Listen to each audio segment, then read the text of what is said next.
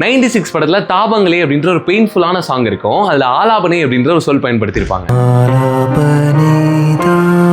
இந்த ஆலாபனை அப்படின்னா என்னன்னு தெரிஞ்சுக்கலாமா? Welcome to the series of பாட்டுக்குள்ள ஃபேக்டர் பார்ட் 5. நம்ம தமிழ் பாட்டுல எல்லாம் எஸ்பிபி அவர்களோ ஜானகி அம்மாவோ பாட்டோட ஆரம்பத்துல ஆன்ற அந்த சவுண்டை வந்து ஸ்ட்ரெச் பண்ணி பாடிருப்பாங்க, கவனிச்சிருக்கீங்களா?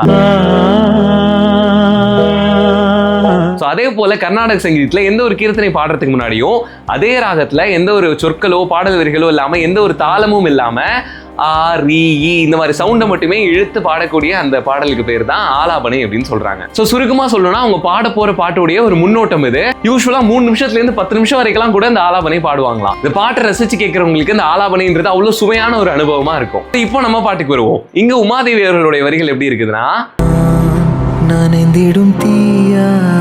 நான் நனைந்திடும் தீயா பெய்யும் நிலா நீயா, நான் அணைந்திடுவேனா ஆலாபனை தானா அப்படின்னு எழுதியிருப்பாங்க.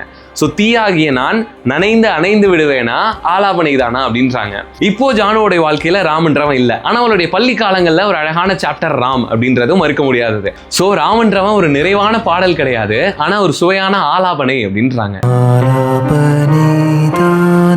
அண்ட் ஃபைனலா காதல் கனாக்கள் தானா அப்படின்னு இந்த பாட்டை முடிச்சிருப்பாங்க.